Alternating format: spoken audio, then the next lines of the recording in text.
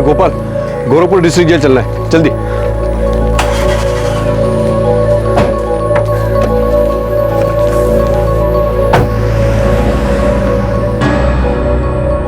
देखिए जी, आप इतना टेंशन ना ले, सब कुछ ठीक हो जाएगा।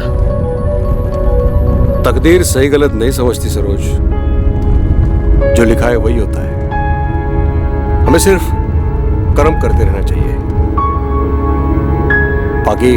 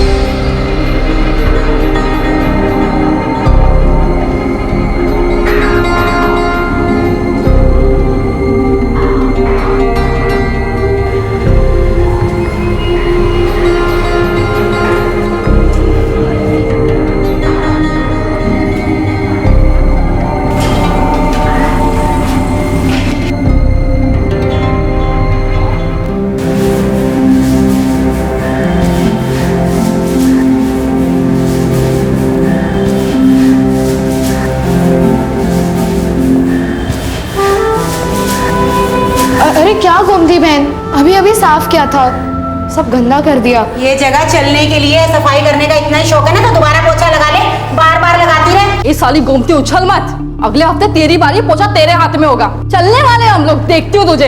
तुम मुझसे लड़ना चाहती है? चौधरी तो तू हो रही है। अरे कुसुम, गोमती बहन, तुम दोनों क्यों झगड़ रहे हो?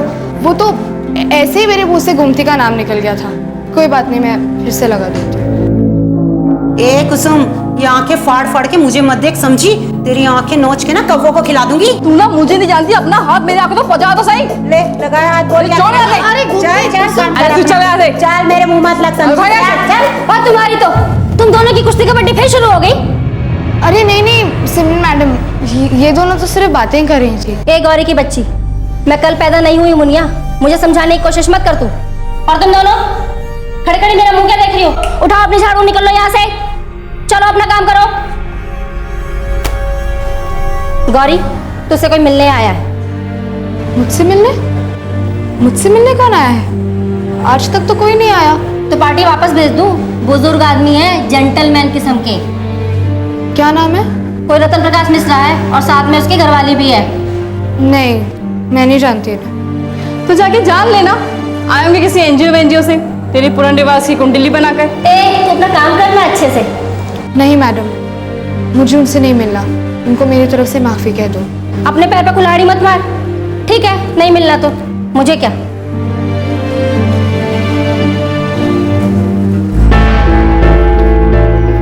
सर, वो लड़की गौरी मिलने से मना कर रही है, कहती है उसे किसी से नहीं मिलना है। देखिए साहब, हम गौरी के साथ जबरदस्ती तो नहीं कर सकते कि वो आपसे मिले। तो क्या एक बार हम उसे अंदर जाकर मिल सकते हैं? देखिए, एक तो अंदर जाना मना है, और फिर लड़की भी मना कर रही है, तो अंदर बाहर बात तो एक ही हुई नहीं। वैसे काम क्या था मिश्रा जी? जी, हमने ये अखबार पढ़ा, इसलिए मिलने चले आए। इस रात की सुबह नहीं। ओह अच्छा, ये रिपोर्टर विजय उपाध्याय, इसने हमारे जेल पर स्टोरी लिखी थी, और इस लड़की गौरी के बारे में काफी डिटेल से लिखा है। उसने गौरी के बारे में लिखा था, इसलिए हमने सोचा कि क्यों ना उसे एक बार मिले। आपने मेरी बात का जवाब नहीं दिया है। क्यों मिलना चाहते हैं आप गौरी से?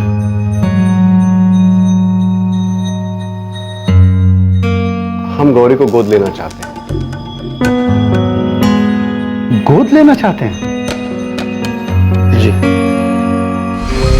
गोरखपुर के डिस्ट्रिक्ट जेल में कैद एक 18 साल की लड़की गौरी। गोरखपुर के आई नेक्स्ट अखबार में गौरी के बारे में जिक्र होता है। गोरखपुर का ही एक वेल टू डू बुजुर्ग जोड़ा रतन प्रकाश और सरोज मिश्रा अब गौरी को गोद लेना चाहते हैं, लेकिन क्यों?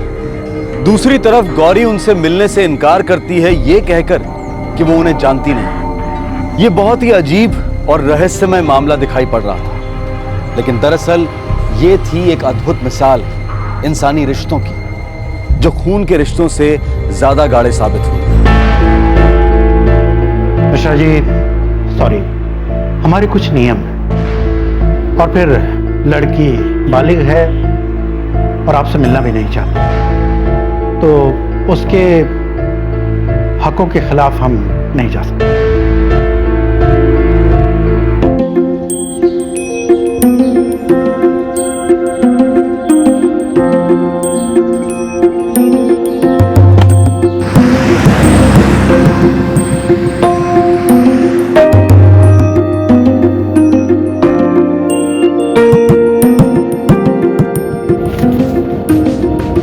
इस आईएनएक्स के रिपोर्टर विजय उपाध्याय से मिलते हैं, शायद वो हमारी कुछ मदद करेगा।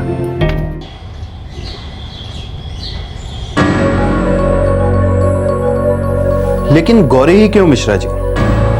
गोद लेना हो तो कई ऑप्शंस हैं आपके पास। शायद इसलिए क्योंकि मेरी पत्नी सरोज और मेरे दिमाग में एक ही बात एक ही समय आई।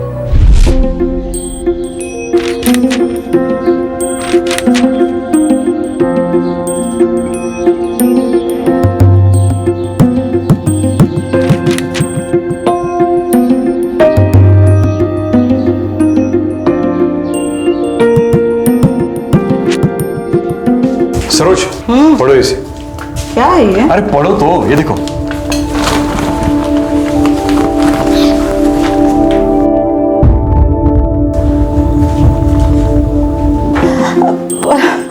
अजी, क्यों ना हम इस बच्ची को गोद ले, अपनी बेटी बनाए?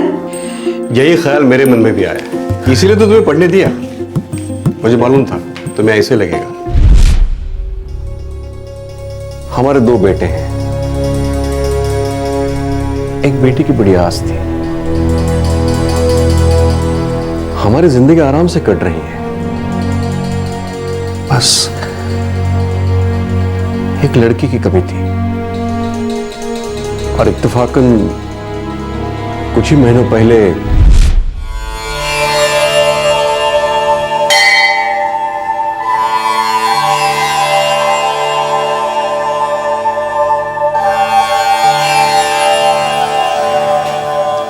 हाथ दिखाओ यजमान, भविष्य में झांक कर देखिए श्रीमान। अरे नहीं नहीं पंडित जी, इस उम्र में क्या हाथ वाथ पड़वाना। किस्मत की कोई उम्र नहीं होती श्रीमान। शायद मेरी किस्मत में आपकी दक्षिणा लिखी हो और आपकी किस्मत में कोई चमत्कार। ये आपकी दक्षिणा। दक्षिणा हाथ दिखाने के बाद ली जाती है श्रीमान। बेटी की चिंता खाई जा रही है, लेकिन चिंता का कोई कारण नहीं है। बहुत जल्द एक बहुत ही बढ़िया रिश्ता आने वाला है। हमारी कोई बेटी नहीं है पंडित जी, पर हाँ दिल करता है कि एक बेटी हो। उसे हम लोग बहुत प्यार देते, उसे बहुत पढ़ाते लिखाते, उसे कामयाब बनाते, फिर उसकी धूमधाम से शादी होती।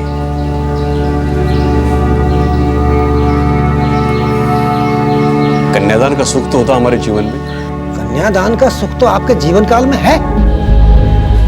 इस उम्र में मैं अपनी विद्या के साथ कभी मजाक नहीं करता। अगर आपने कन्यादान नहीं किया तो मैं ये ज्योतिष शास्त्र छोड़ दूंगा। ये वचन है मेरा।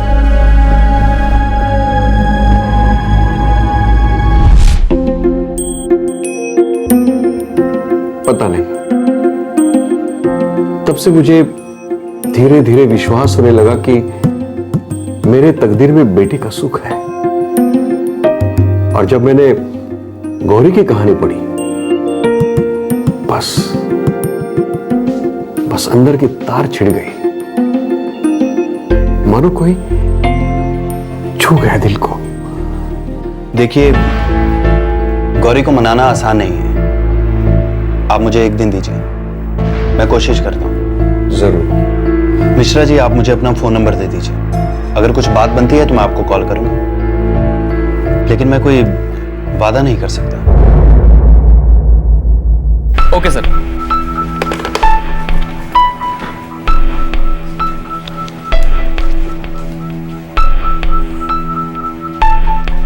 मैं coming sir? Yes. Yes sir. Rakesh, तुम ट्रेनिंग पर हो, राइट?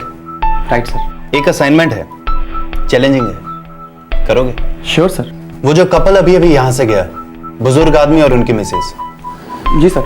रतन प्रकाश मिश्रा और सरोज मिश्रा फेज 3 राप्ती नगर में रहते हैं। मुझे इनके बारे में पूरी रिपोर्ट चाहिए। जरूर सर। और हाँ, चुपके से, किसी को पता ना चले। Of course sir.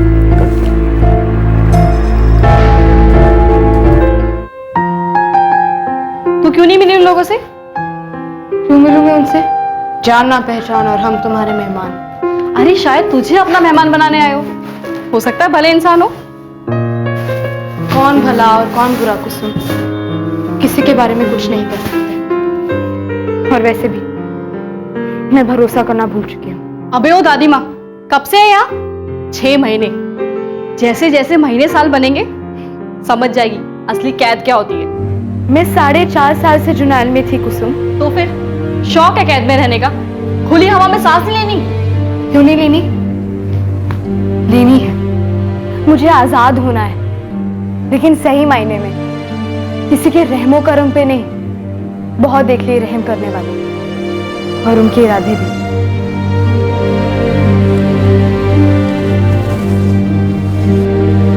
एक तरफ थी एक टीनेज लड़की जिसकी तकदीर दर्द और दगाबाजी की स्याही से लिखी गई थी, और दूसरी तरफ था एक बुजुर्ग जोड़ा जिनका विश्वास था कि अच्छा करो तो अच्छा होगा। अब सवाल यह था कि क्या नियति इन दो तकदीरों को मिलाने वाली थी?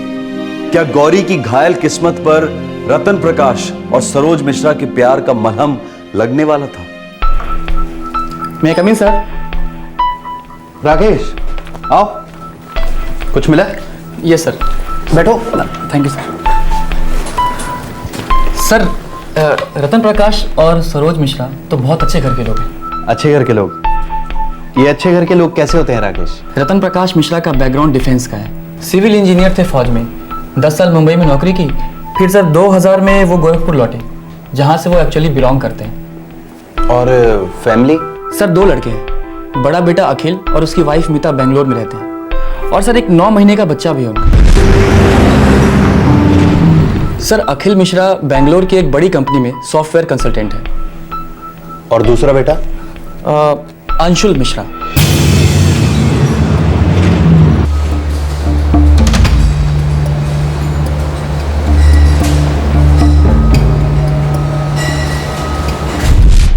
Sir Anshul Mishra mechanical engineer है बरेली में। 2 बेटे हैं, दोनों वेल सेटल्ड, और ये कपल अकेला गोरखपुर में रहता है? जी सर। और सर रतन प्रकाश मिश्रा फिलहाल तो एसएसबी में कैंटीन चलाते हैं, लेकिन सर एक और बेटा था इनका, अखिल और अंशुल मिश्रा से बड़ा, उसका नाम था अमर। था मतलब? आप खामखा ही जिद कर रहे हैं, ट्रेन से चाहिए ना। मीता, ट्रेन की टाइमिंग और हमारी जिंदगी की टाइमिंग दोनों अलग अलग पटरियों पे चलती हैं। और बनारस कौन सा कोलकाता है? यही तो है। मैं यूं गया और यूं शाम को लौटा। अच्छा ठीक है, लेकिन एक शर्त पे, मोटरसाइकिल मामा जी चलाएंगे। अरे तुम तो ऐसे टेंशन ले रही हो मानो पहली बार बाइक पे सवार हो रहे हैं। अब पहली बार हो या 100वीं बार, डर तो हमें उतना ही लगता है ना। मामा जी गेट पार करते ही बाइक में चलाऊंगा, समझे ना? वहां से निकलने से पहले फोन कर दीजिएगा। कबूतर भेज दें?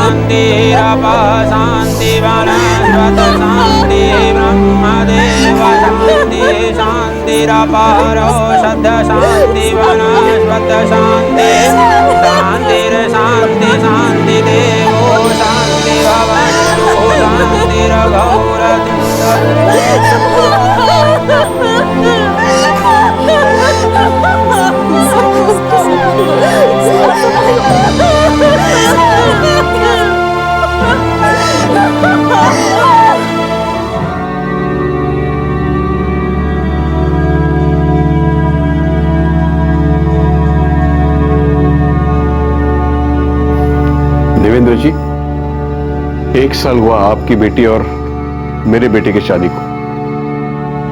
बेटा तो चला गया, हम बहू का दर्द समझते हैं। देखिए, बहू सिर्फ 25 की है। पता नहीं ये सही वक्त है कि नहीं ये बात छेड़ने के लिए, पर मुझसे रहा नहीं जा रहा। बात क्या है संधि जी? 1 साल पहले मैंने आपकी बेटी मीता का हाथ मेरे बड़े बेटे के लिए मांगा था। आज मैं आपकी बेटी मीता का हाथ मेरे दूसरे बेटे अखिल के लिए मांग रहा हूं। प्लीज।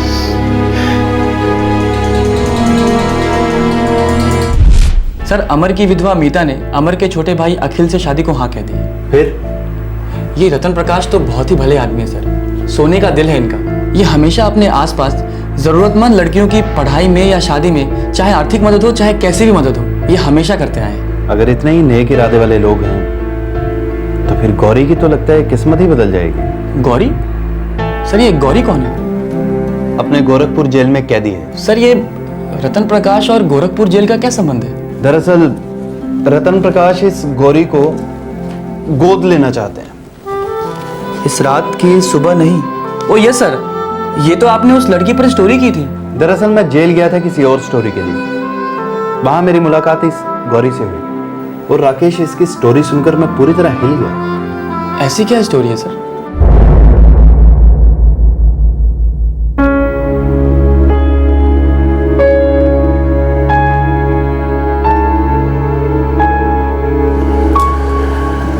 ये आदमी कर क्या रहा है? कोई कहानी लिख रहा है अपनी जेल पर। क्या बात है, हम लोगों के ऊपर भी कोई फिल्म बन सकती है। नहीं, कोई फिल्म विलम वाला नहीं है, पत्रकार है, पत्रकार। तुझे कैसे पता?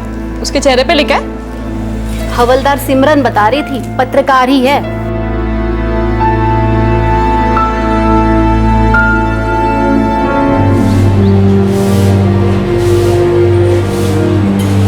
तुम्हारा नाम जान सकता हूं? तुम्हारा नाम जान सकता हूं? गौरी। गौरी, तुम्हारी उम्र तो काफी कम लगती है। कब से हो इस जेल में? 6 महीने। क्या मैं पूछ सकता हूं कि किस जुर्म में तुम्हें जेल हुई है? मैंने कोई जुर्म नहीं किया। तो फिर कोर्ट ने तुम्हें ऐसे ही जेल भेज दिया? देखो गौरी, बेझिझक बात करो। मैं यहां सबसे बात करता हूं, लेकिन कोई बात इधर से उधर नहीं करता।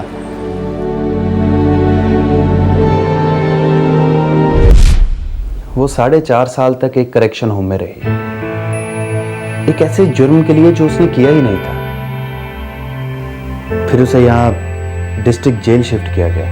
उसके माँ बाप? बोली अनाथ है। 7 साल की उम्र से बेसहारा बड़ी हुई है। मैंने उसकी जिंदगी के बारे में जितनी जानकारी हासिल की, हर कदम पर इतना दर्द था कि मेरे रोंगटे खड़े हो गए। मुझे अंदर से इतनी मायूसी महसूस हुई कि मैंने उसकी स्टोरी को लीड स्टोरी बनाया और अपने एडिटर साहब को दे दी। उन्होंने अप्रूव कर दी। टूटी तकदीर की दर्दनाक दास्तान इस रात की सुबह नहीं।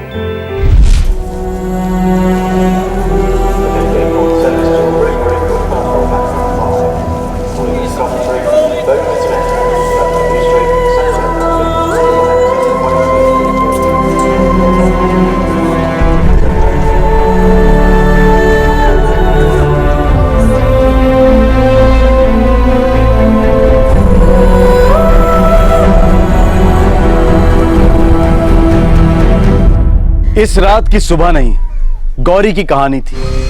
एक ऐसी कहानी जिसकी 3 तकदीरें थी। जन्म से 7 साल तक एक तकदीर, फिर 7 से 13 साल तक दूसरी तकदीर, फिर 13 से 18 की उम्र तक तीसरी तकदीर, और अब एक नई किस्मत गौरी की जिंदगी में दस्तक दे रही थी। फिर से एक बार जिंदगी का रुख कहीं और होने को था।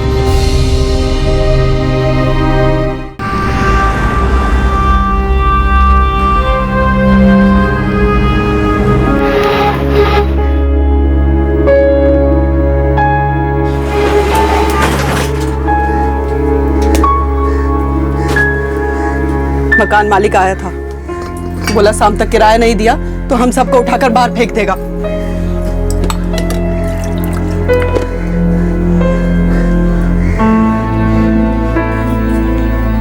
अब चुप रहने से कुछ होने वाला है क्या? आज भी कछु कमा नहीं पाए। अब हमें काम नहीं मिला तो इसमें हमारी क्या गलती है बताओ? तुम्हारे हाथों को काम नहीं, घर में खाने को अनाज नहीं, और शाम तक तो सिर पे छत भी नहीं रहेगी। क्या करेंगे? भानु, हमने बहुत कोशिश की, साला हमारा नंबर लगता ही नहीं है। आज 15 दिन हो गए, हाथ में कोई काम नहीं। इतने सारे कारीगर हैं, आधे से ज्यादा खाली बैठे हमारी तरह। तो हम सब कहां मरने को जाएं? बताओ।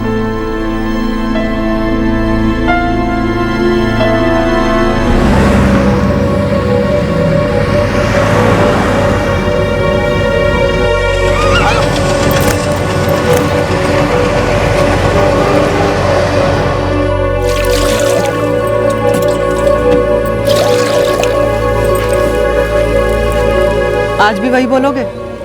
काम नहीं मिला?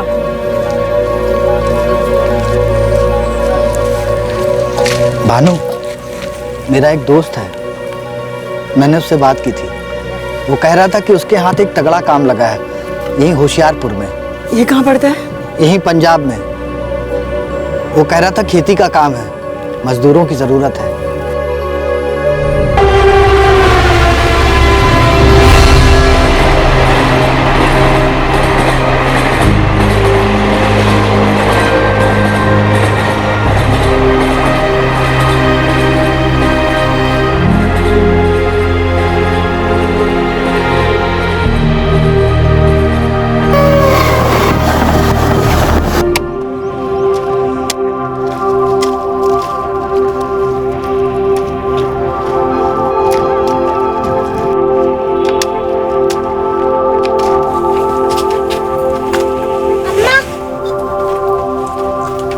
संभल के जाना है।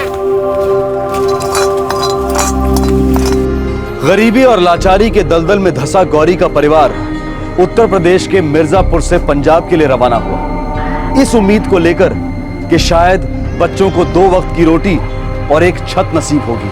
पंजाब में उनकी अंधेरी किस्मत धीरे धीरे रोशन होने ही लगी थी कि तभी उन पर बदनसीबी का एक और कहर टूट पड़ा।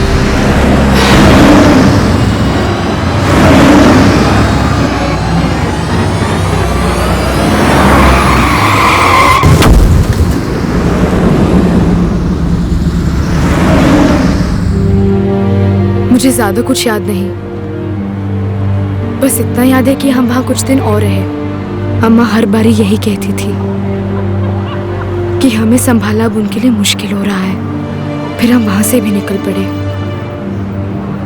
हम कहाँ जा रहे थे किसी को कुछ मालूम नहीं था। पता नहीं अम्मा के दिल में क्या था और दिमाग में क्या।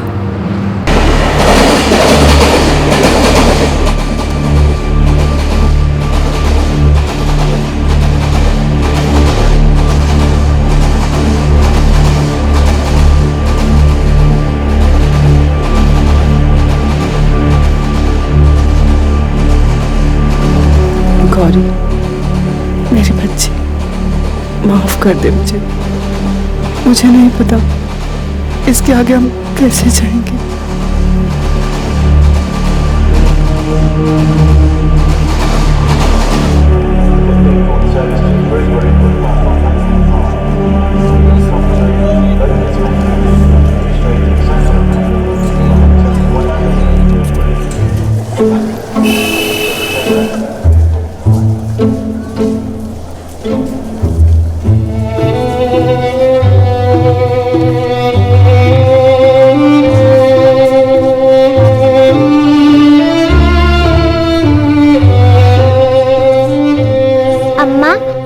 अब हम इस नए शहर में ही रहेंगे?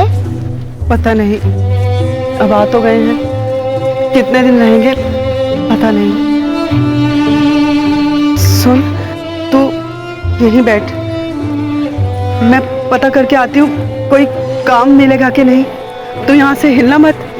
मैं तेरे लिए खाने के लिए भी लेकर आऊंगी। हाँ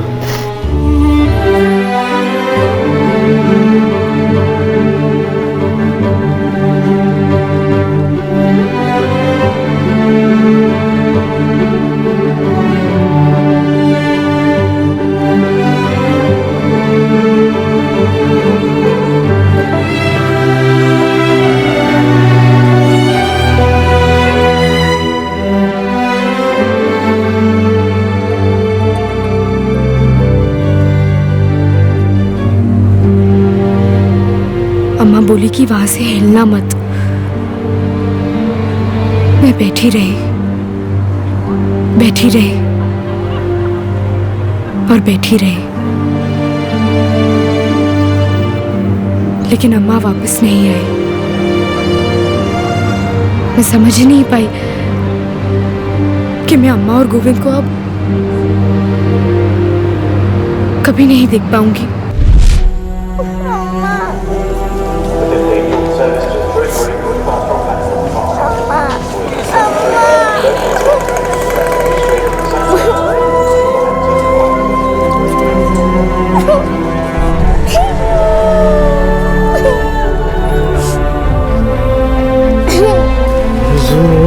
कदर भी नहीं तेरा के चलिए।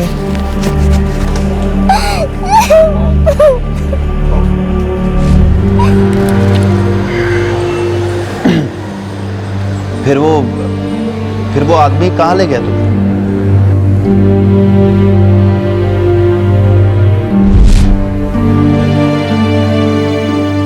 गौरी समझ गई थी कि उसकी माँ उसे जानबूझकर छोड़कर गई थी। उसकी माँ को उसकी जरूरत ही नहीं थी। सर फिर क्या हुआ? वो जेल कैसे पहुंची?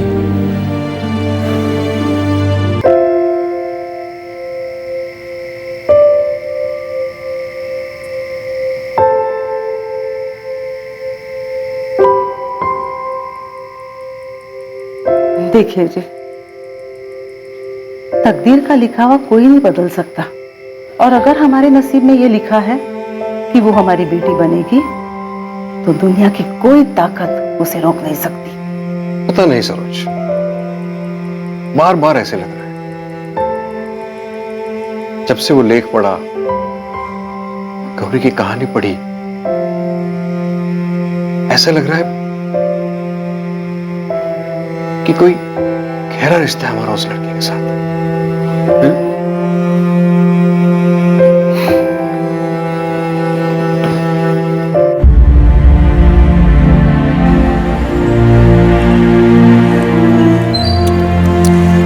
और खाएगी? बेटा शर्मा मत, शर्माने से किसी का भला नहीं होता। बल्लू एक और दे, अच्छे से घी डालना, बहुत देर लगाती है। अच्छा है ना?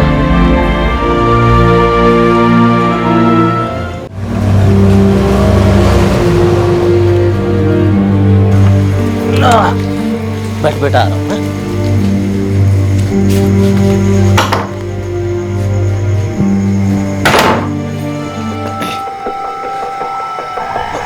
पिंटू, इतनी रात गए थे, जोर जोर से क्यों ठकठका रहे हैं? बुआ एक लड़की मिली स्टेशन पे, अकेली थी, रो रही थी बेचारी। कह रहे थे उसकी अम्मा छोड़कर चली गई उसे वहां। तो कुछ नहीं, मैं साथ लाया उसे अपने। बावला हो गया क्या? बुआ छोटी है, सिर्फ 7 साल की, रखेगी अपने पास। रखेगी का क्या मतलब हुआ? बुआ जी मैं अकेला रहता हूँ, अगर अपने पास रखूंगा तो बवाल हो जाएगा। आप रख लो ना अपने पास, 2 बच्चे खेलेगी उनके साथ। खेलेगी मतलब? खाएगी नहीं हैं? सोएगी नहीं, बीमार नहीं पड़ेगी, बड़ी नहीं होगी? नहीं, तूने क्या समझा मेरे घर को? धर्मशाला समझा है, अनाथाश्रम समझा है? 2 रोटी खाएगी तो 2 बाल्टी पानी भी तो भरेगी। जरा सोच, अगर गलत हाथ में पड़ गई तो क्या असर होगा बच्ची का?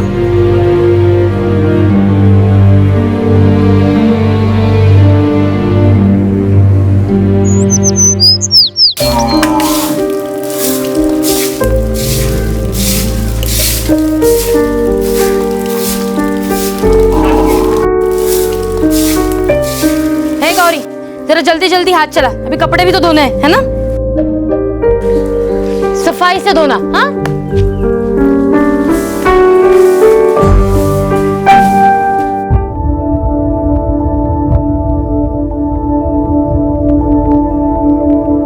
छोटी है तो अपने राजू से भी छोटी है। इस उम्र में 4 गुना काम कर लेती थी मैं। ये अपने घर में रहेगी क्या? हाँ, घर का काम कर लेगी, खाने के लिए दे दूंगी उसे, किसी भी कोने में सो जाएगी, एक चद्दर के अलावा कुछ नहीं दूंगी उसे। अम्मा, क्या वो हमारे साथ खेल सकती है? दिन भर खेलोगे तो खाओगे क्या? हाँ, बात करते हो, वैसे भी मूर्ख बनते जा रहे हो पढ़ाई के मामले में। कोई खेलना मिलना नहीं, समझे तुम दोनों? अरे तुम भी ना, बच्चे बचपन में नहीं खेलेंगे तो क्या जब बूढ़े हो जाएंगे तब खेलेंगे? और ये बताओ, वो लड़की क्या दिन भर घर में काम ही काज करती रहेगी, खेलेगी कूदेगी नहीं क्या? सुनो जी, आप ना उसके बारे में कुछ मत बोलना, उसके बारे में सब कुछ मैं तय करूंगी।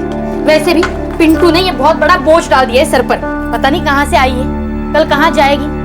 फालतू का ना लाड़ प्यार दिखाने की जरूरत नहीं है, समझे?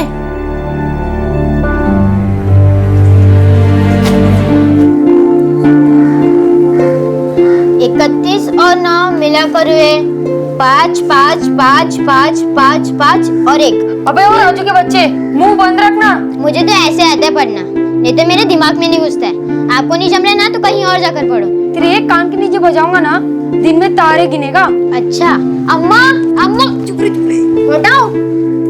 देखा गौरी, अम्मा का नाम लिया तो कैसे शेर से चूहा बन गया ये। तू यहाँ क्या कर रही है? कुछ नहीं, हम जब भी पढ़ते हैं ना ये ऐसे ही सुनती है। अच्छा बता, कहाँ तक पढ़ी है तू? 2 क्लास तक। 2 क्लास? अच्छा बता, 2 और 2 कितना हुआ? 4। अरे वाह, इतना आता तुझे, आगे पढ़ी? ठीक है, तो आज से मैं तेरा मास्टर और तू मेरी स्टूडेंट। लेकिन मैं फ्री में नहीं पढ़ूंगा, तुझे मेरे काम करने पड़ेंगे। बोल, मंजूर है? अब से हमारी टीम बनेगी रवि भैया, अब उछल कर दिखाओ आप।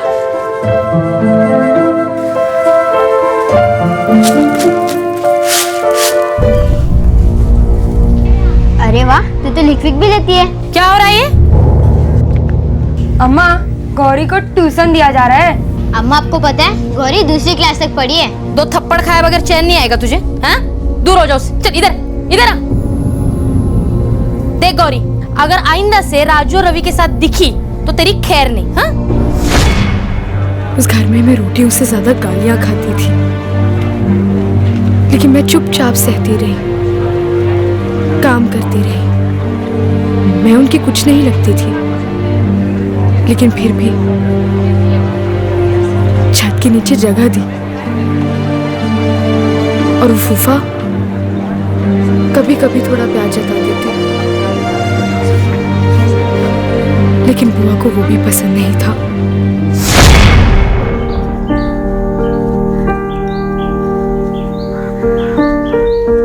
ए गौरी, यहाँ यहाँ यहाँ, ये देख, तुम्हारे लिए नया कपड़ा लाए हैं, ये ले ले। अरे ले ले, अरे ले ले बिटिया, देख जब से आई है तब से एक ही जोड़ कपड़ा पहने हुए। ले ले ले ले ले ले बेटा, ले ले ले। शाबाश बिटिया, शाबाश शाबाश। चल, कपड़े किसको पूछ के लाए? अरे उसकी हालत बता रही थी कि उसे कपड़े चाहिए, वही पुराने और गंदे कपड़े पहनते पहनते अगर कोई बीमारी मारी लगी तो हम लोग को लेने के देने पड़ जाएंगे। उल्लू तो ना आप हमें अगले जन्म में बनाई है। बात कर, इतना प्यार आ रहा है ना अपने बच्चों पे जताइए जरा। वैसे भी उसे मैं इनके पुराने कपड़े देने ही वाली थी। अम्मा वो लड़की है, पैंट शर्ट थोड़ी ना पहनेगी। तो ना चुपचाप खाना खा ले, मैंने एक दूंगी खींच के। बाबा, ये लोग खींच के क्यों देते हैं? ऐसा लग रहा है जैसे कोई रस्सी खींच रहे हो। देख मैं बताता हूँ, ये है हाथ, ये खींचा और ये लगाया, तो ये उसको खींच के लगाना। समझे क्या भैया? बोलने से पहले ना कुछ सोचा करो। अम्मा, आपको पता है ये राजू का बच्चा है ना, गौरी के साथ बाहर खेलने जाने की बातें कर रहा था। देख राजू, अगर फिर से उस गौरी के साथ खुसुर फुसुर करता हुआ दिखाई दिया ना, तुझे रेल स्टेशन छोड़ के आऊंगी। अम्मा, आप है ना मुझे उल्लू अगले जन्म में बनाना। आपको क्या लगता है आप मुझे छोड़ोगे तो क्या मैं वापस नहीं आऊंगा? यू घर ढूंढ लूंगा, यू। चल खाना खा ले चुपचाप।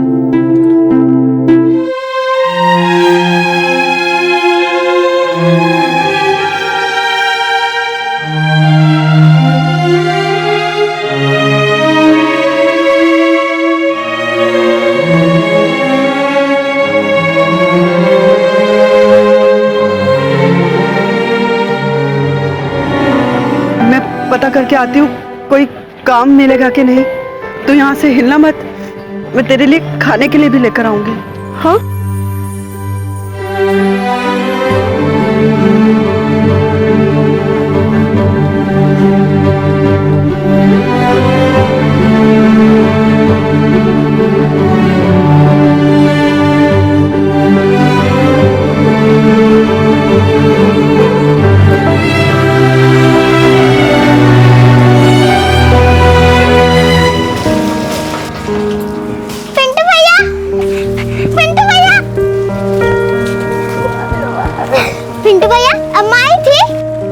नहीं रे बेटा, मैं स्टेशन के रोज 3 चक्कर लगाता हूँ। अपने दोस्तों को बोल रखा है बेटा, किसी ने तेरी अम्मा को नहीं देखा।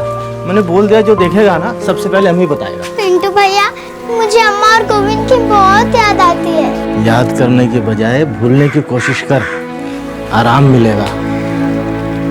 तेरी अम्मा अब कभी नहीं आएगी, ये बात समझ ले तू।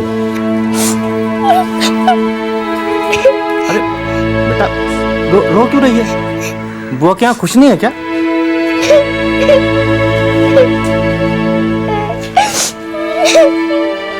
सात साल की कच्ची उम्र में गौरी की मां उसे गोरखपुर रेलवे स्टेशन के बाहर अपने हाल पर छोड़कर चली गई थी। शायद वो एक साथ 2 बच्चों की परवरिश की जिम्मेदारी नहीं उठा पा रही थी। शायद उसे गौरी बोझ लगने लगी थी और उसने ये बोझ रेलवे स्टेशन पर उतार दिया, हमेशा के लिए। हो सकता है कि उसने गौरी के भाई गोविंद को भी इसी तरह से कहीं छोड़ दिया हो, या शायद नहीं, शायद उसने सोचा होगा कि लड़का है, बड़ा होकर बुढ़ापे का सहारा बनेगा। गौरी के लड़की होने के कारण उसे त्याग दिया गया था, उसी गोरखपुर शहर में जहां 11 साल बाद रतन प्रकाश और सरोज मिश्रा उसे अपनी बेटी बनाकर अपने घर ले जाने की कोशिशों में लगे हुए थे।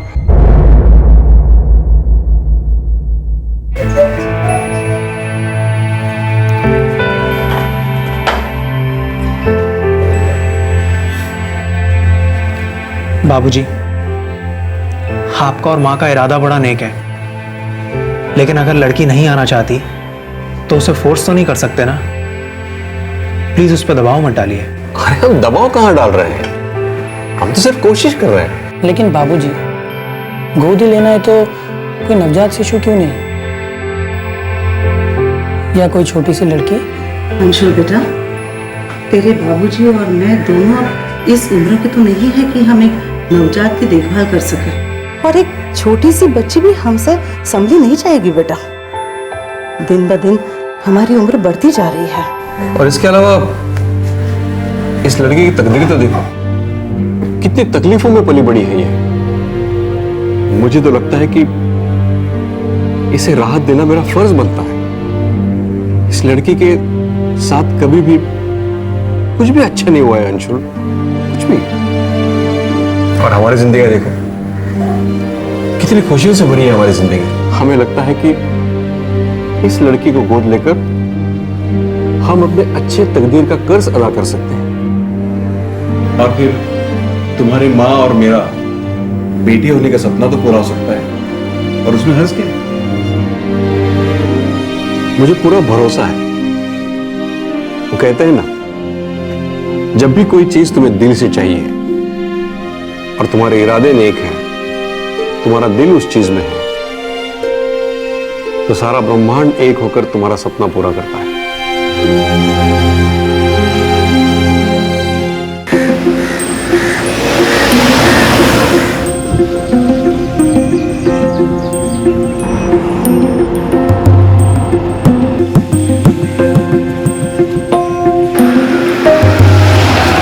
मैंने जेल के सुपरिटेंडेंट से टाइम मांगा था, मैं गौरी से बात करूंगा।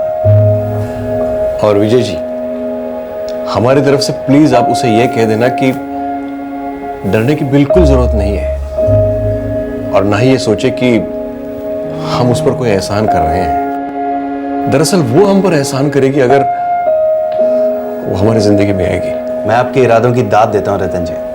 दरअसल सुपरिटेंडेंट साहब भी यही चाहते हैं कि गौरी को जल्द से जल्द एक बेहतर जिंदगी मिले, खासकर इसलिए क्योंकि गौरी एक ऐसे जुर्म के लिए सजा काट रही है जो उसने किया ही नहीं था। अरे हाँ, मैंने आपका वो लेख पढ़ा था। दरअसल मैं आपसे पूछना ही चाह रहा था कि गौरी पर चोरी का ये झूठा इल्जाम कैसे और क्यों लगा?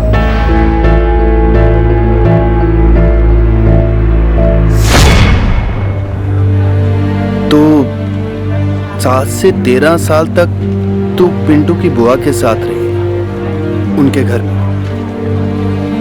पर उसने कभी तुम्हें अपने घर का सदस्य नहीं माना? जी नहीं, नहीं माना। लेकिन मुझे कोई गुस्सा नहीं है। उन्होंने तो मेरी जान बचाई, मुझे अपने यहाँ रख लिया। लेकिन उन्हें डर भी था कि मैं चिपक जाऊंगी उस घर से, हक जताने लगूंगी। मैं तो हमेशा वहां से निकल जाना चाहती थी, लेकिन कहाँ जाती, क्या करती? कोई नहीं था, कोई सहारा नहीं था। तो पिंटू की बुआ ने तुम्हें कभी घर से नहीं निकाला? नहीं, नहीं निकाला, क्योंकि उन्हें डर था कि दुनिया उंगली उठाएगी उन पर। मैं पूरे 6 साल वहां रही।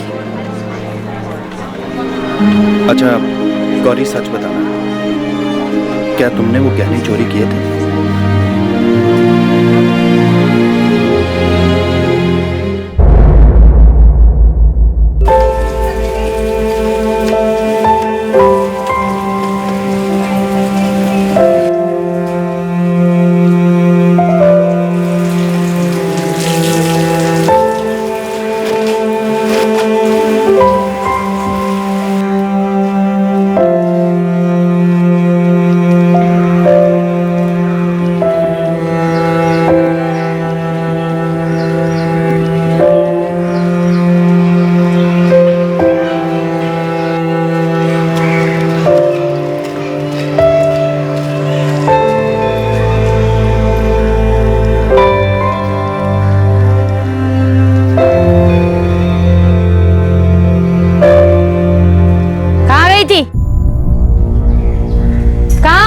इधर आ।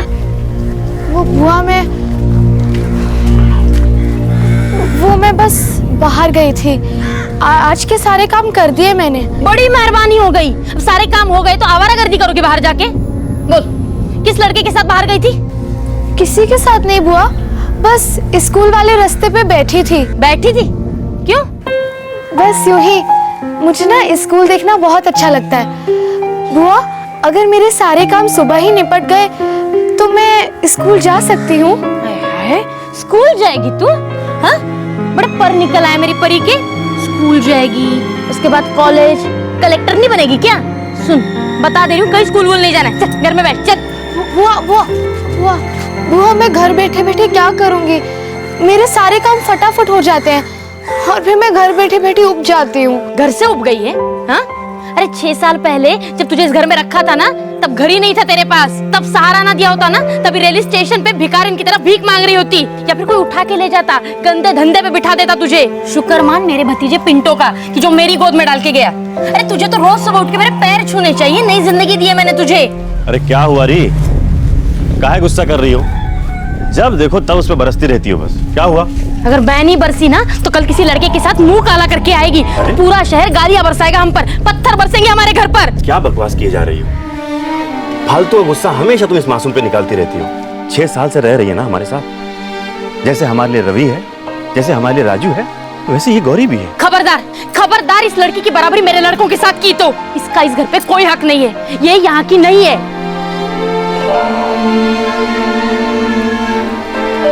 गौरी, गौरी, देख रही हूँ मैं सब कुछ।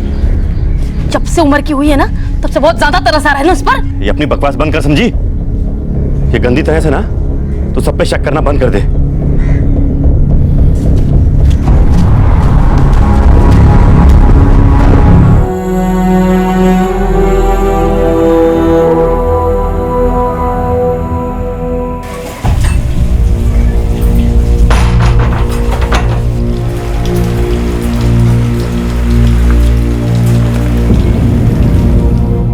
उस दिन के बाद बुआ मुझे कहीं जाने नहीं देती थी। अगर वो कहीं जाए तो मुझे कैद करके जाती, ताला लगा देती। मेरा जीना मुश्किल हो गया था।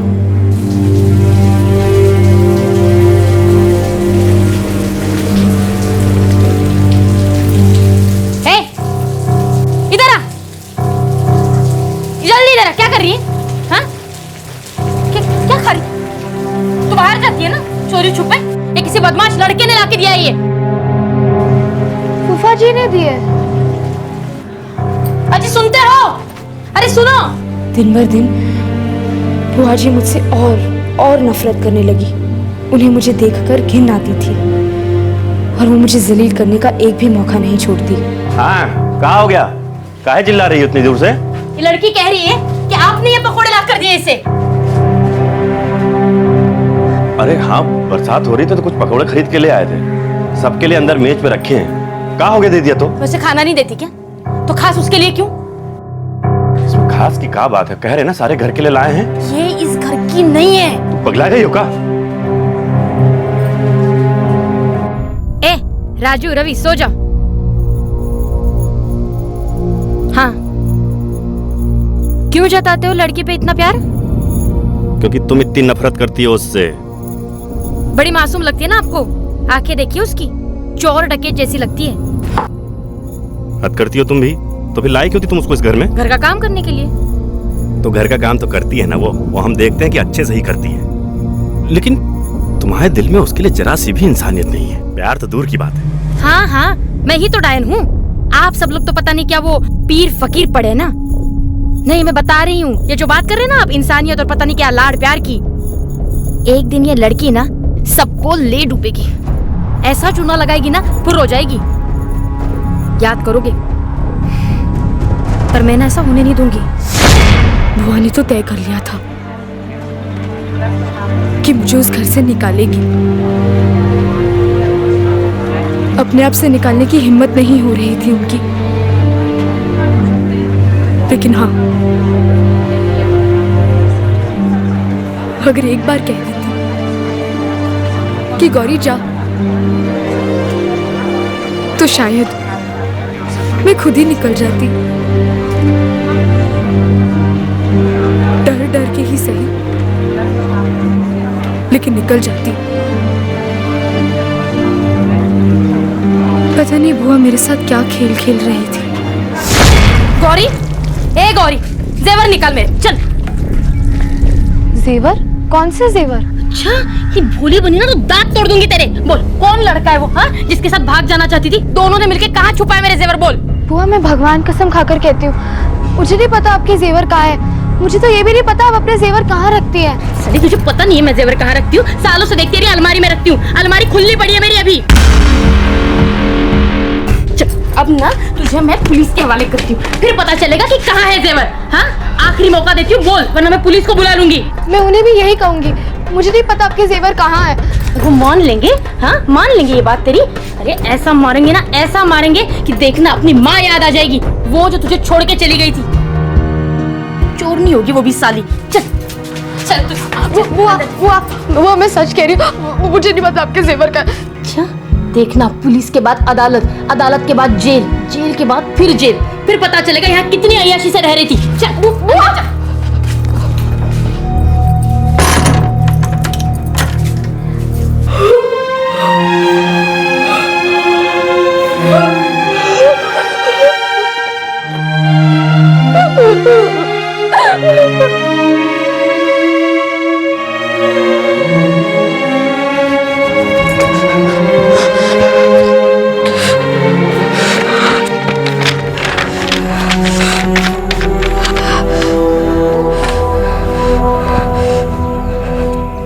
मुझे बहुत डर लग रहा है, मुझे बहुत डर लग रहा है। अब पुलिस आ जाएगी और मुझे ले जाएगी। मुझे जेल नहीं जाना, मुझे और नहीं जीना, मुझे मरना है, मुझे अपनी जान देनी है।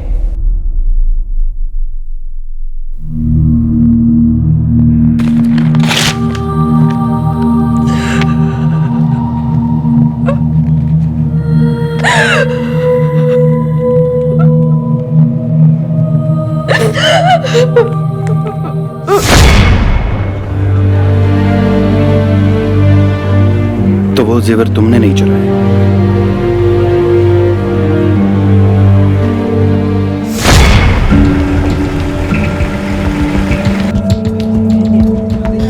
ताला मार दिए साहब। चलिए, चोरनी भाग न जाए कहीं। हाँ जी, आइए आइए। मैं तो कह रही हूँ ऐसी चोरनी को ना बहुत लंबी सजा मिलनी चाहिए। कब वक्त मार ली। ये रही साहब, पूछिए इससे।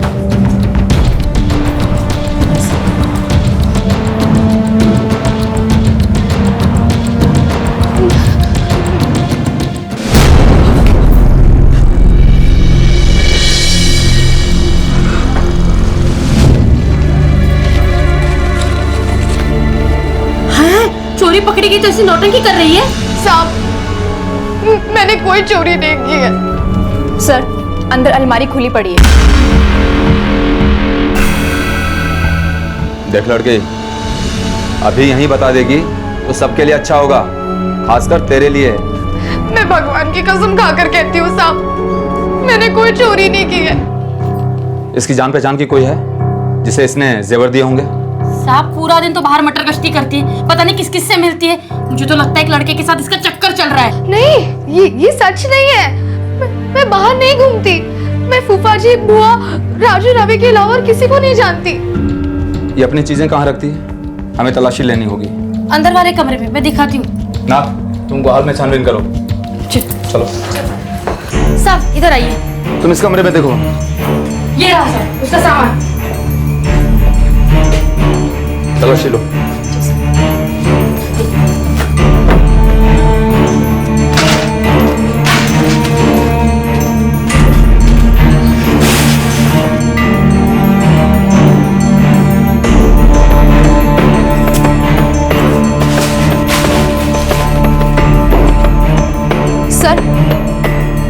सर, ये देखिए गहने।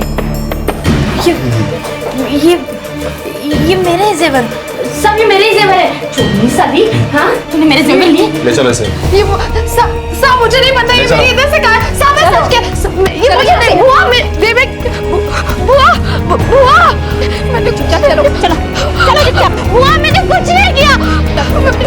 मैंने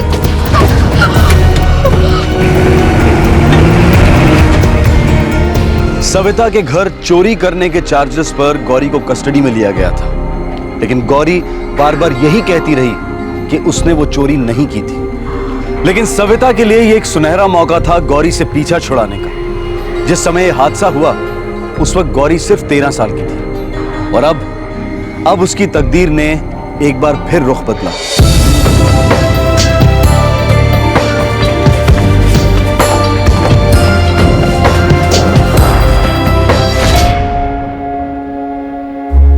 गौरी का कहना था कि जेवर उसने नहीं चुराए थे। केस अदालत में गया और गौरी को जुवेनाइल करेक्शन होम भेजा गया। अगर वो इतने साल करेक्शन होम रही तो फिर उसे जेल क्यों भेजा गया? बड़ा ही अजीब केस है मिश्रा जी, जो कछुए की रफ्तार से आगे बढ़ रहा था और कोई नतीजा सामने नहीं आ रहा था। गौरी एक छोड़ी हुई अनचाही बच्ची थी, उसे करेक्शन होम में ही एक नया घर मिल गया। जब उसने कुछ गलत किया ही नहीं तो फिर करेक्शन होम में उस पर किस तरह का सुधार हो रहा था विजय? अब हमारी न्याय व्यवस्था के बारे में क्या कहें मिश्रा जी। गौरी 4.5 साल तक करेक्शन होम में रही, फिर 6 महीने पहले 18 साल की हो गई, बालिग। अब उसे वहां तो रख नहीं सकते थे, तो यहां भेज दिया, डिस्ट्रिक्ट जेल।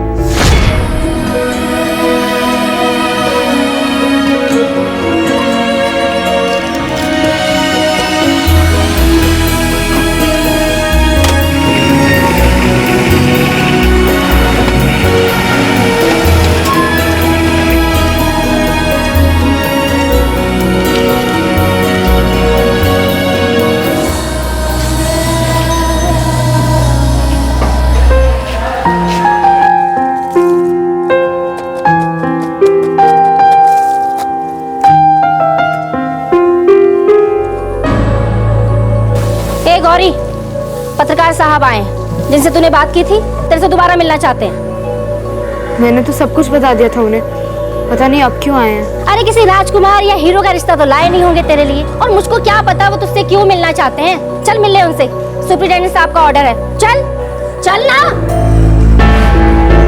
सर, गौरी को विजिटिंग रूम में ले आए हैं। ठीक है जी।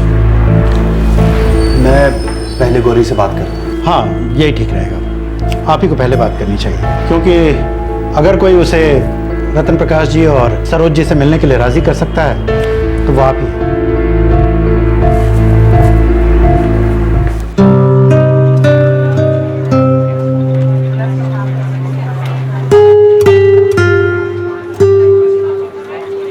गौरी, कल तुमसे मिलने के लिए 2 बुजुर्ग आए थे, तुम मिली क्यों नहीं?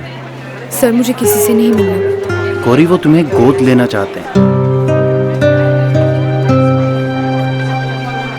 मैं पता करके आती हूँ कोई काम मिलेगा कि नहीं। तो यहाँ से हिलना मत, मैं तेरे लिए खाने के लिए भी लेकर आऊंगी। हाँ,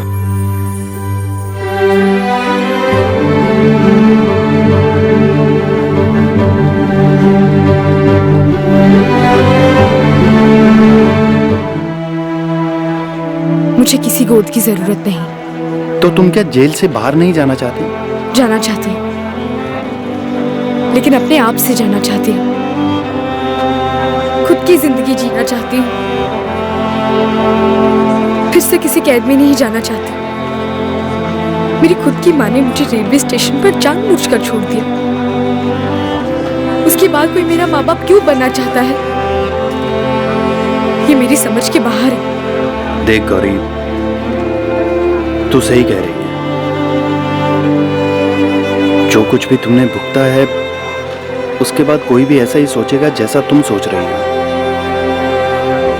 लेकिन मुझ पर भरोसा करो और एक बार इन दोनों से मिल लो, फिर कोई फैसला करना। और हो सकता है कि ये एक बार तुम्हारी तकदीर तुम्हारे अच्छे के लिए रुख बदल रही हो। अच्छों के साथ भी बहुत बुरा होता है गौरी, और कभी कभी अंधेरे को भी पूरा सूरज मिल जाता है।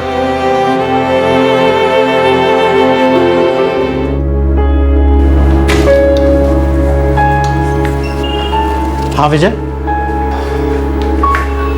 जी, मैंने गौरी से बात की। वो गोद लेने वाली बात के लिए अभी राजी नहीं है, लेकिन हाँ, वो आप दोनों से एक बार मिलने के लिए तैयार है।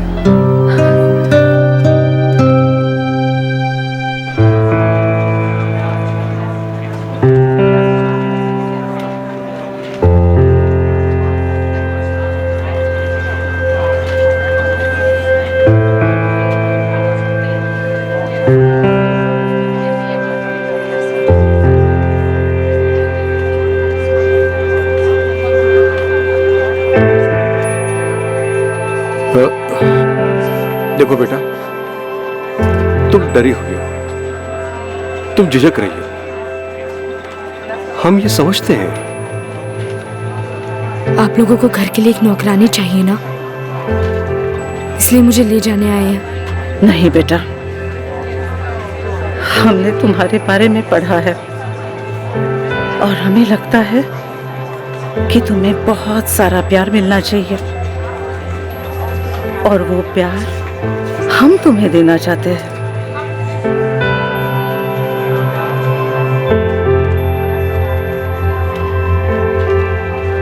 देखो, काम तो तुम्हें करना पड़ेगा, बहुत सारा काम, लेकिन एक बेटी की तरह, नौकरानी की तरह नहीं। हम तो चाहते हैं कि तुम हर वो काम करो जो तुम चाहती हो, जो कुछ भी तुमने चाहा। और जब तुम्हारा दिन खत्म होना, तुम्हें यह पता चले कि आज तुम्हें अपने घर वापस लौटना है, जहां तुम्हारे बूढ़े माँ बाप इंतजार कर रहे हैं। वो ये जानने के लिए बेकरार है कि तुम्हारा आज कैसे गुजरा, तुम कल क्या करना चाहते हो,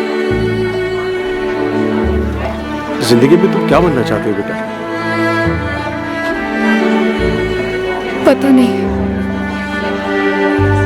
एक काम करते हैं, हम लोग घर चलते हैं, आराम से बैठेंगे, खूब सोचेंगे कि तुम क्या कर सकती हो, क्या करना चाहती हो।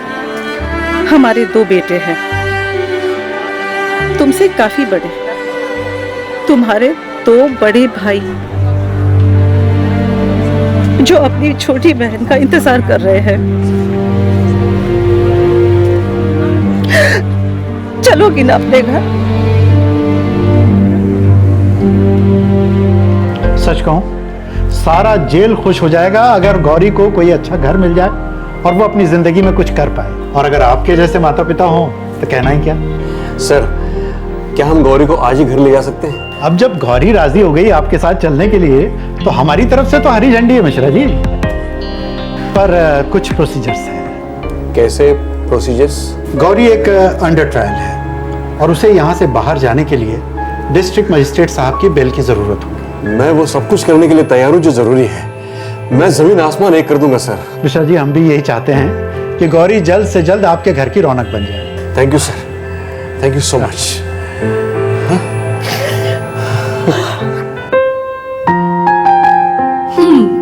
चल अच्छा है, अब तो तेरी किस्मत खुल जाएगी। नया घर, नए माँ बाप, अब तो तेरे सारे सपने पूरे होंगे।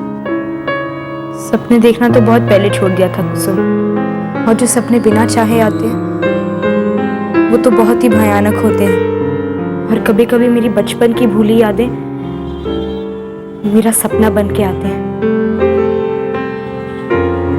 मैं और मेरा भाई गोविंद खेलते हुए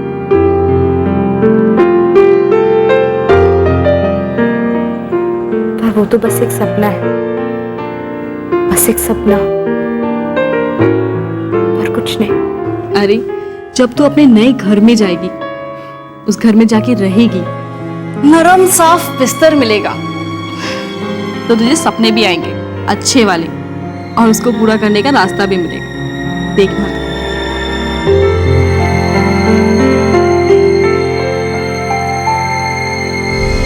नियति का उतार, नियति का चढ़ाव। गोरखपुर रेलवे स्टेशन पर 7 साल की उम्र में जिसकी मां उसे छोड़कर चली गई थी, आज वही गौरी 18 साल की उम्र में नियति के एक अनोखे कगार पर खड़ी थी। रतन प्रकाश और सरोज मिश्रा की दरिया दिली से प्रभावित होकर सारा गोरखपुर प्रशासन तकदीर के मिलाए इन माँ बाप और बेटी को एक करने में लग गया। रिकॉर्ड टाइम में सारा कानूनी पेपर वर्क कंप्लीट हुआ।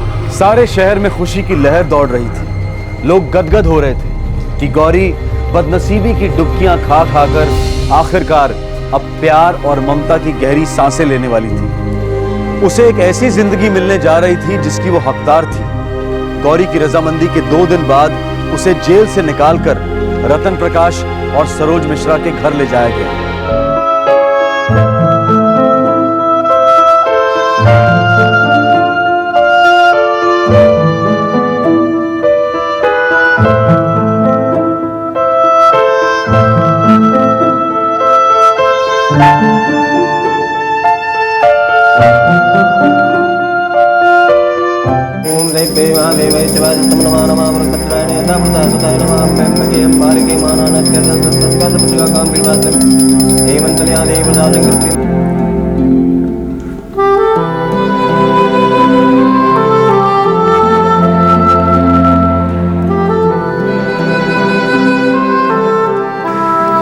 हाथ दिखाओ यजमान, भविष्य में झांक कर देखो श्रीमान।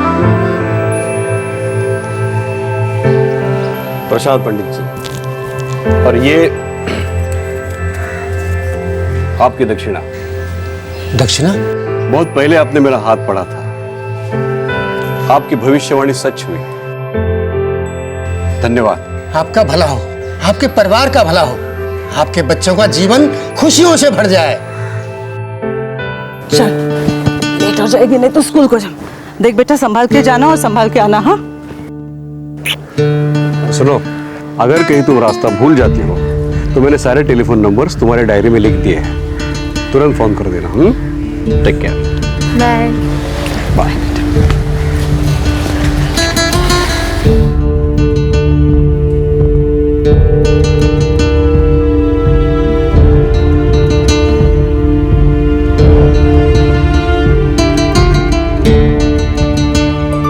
गौरी को अब एक नया घर मिल गया है, एक नई जिंदगी शुरू हो गई है उसकी, और वो अपने नए घर और परिवार में अच्छी तरह से घुल मिल गई है। हम आपको बता दें कि हमारे सभी केसेस की तरह ये केस भी सत्य घटना पर आधारित है, जो हाल ही में गोरखपुर उत्तर प्रदेश में हुआ था।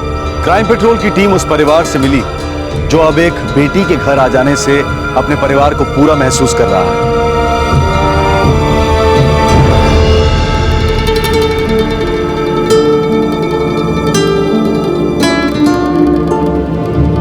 जून 2012 में गौरी का केस दाखिल हुआ और जुलाई 2012 में उसकी आखिरी सुनवाई होने जा रही है। जेवरातों की चोरी का केस गोरखपुर पुलिस स्टेशन में दर्ज हुआ था, लेकिन इस केस में अब एक दिलचस्प ट्विस्ट आ गया है। जिन लोगों ने इस चोरी का इल्जाम लगाया था वो अब अलग ही धुन गा रहे हैं। उनका कहना है कि गौरी ने उनके यहां कभी कोई चोरी की ही नहीं और उन्होंने कभी कोई शिकायत नहीं दर्ज की थी। प्रशासन को पूरा भरोसा है कि गौरी का केस रद्द किया जाएगा और खुदा ना खास्ता अगर उसे सजा होती भी है तो वो सजा उन सालों से काफी कम होगी जो Gauri already as under trial भुगत चुकी है। 5 साल करेक्शन सेंटर में और 6 महीने गोरखपुर जेल में।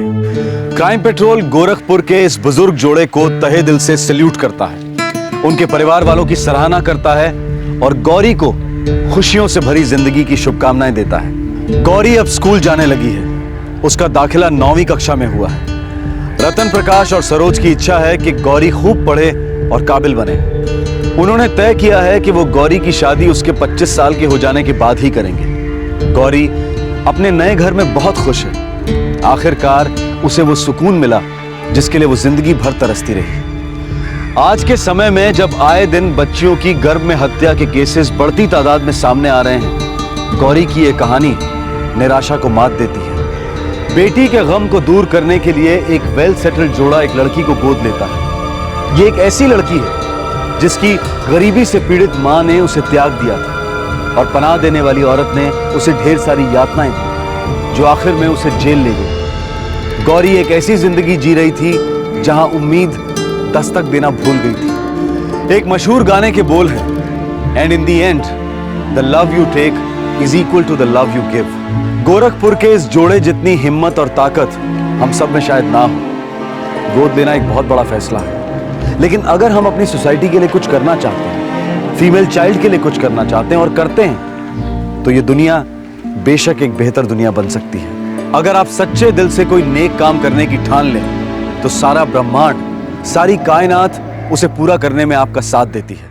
इस तरह के और भी एपिसोड देखने के लिए हमारे चैनल को सब्सक्राइब करें और बेल आइकन दबाना ना भूलें।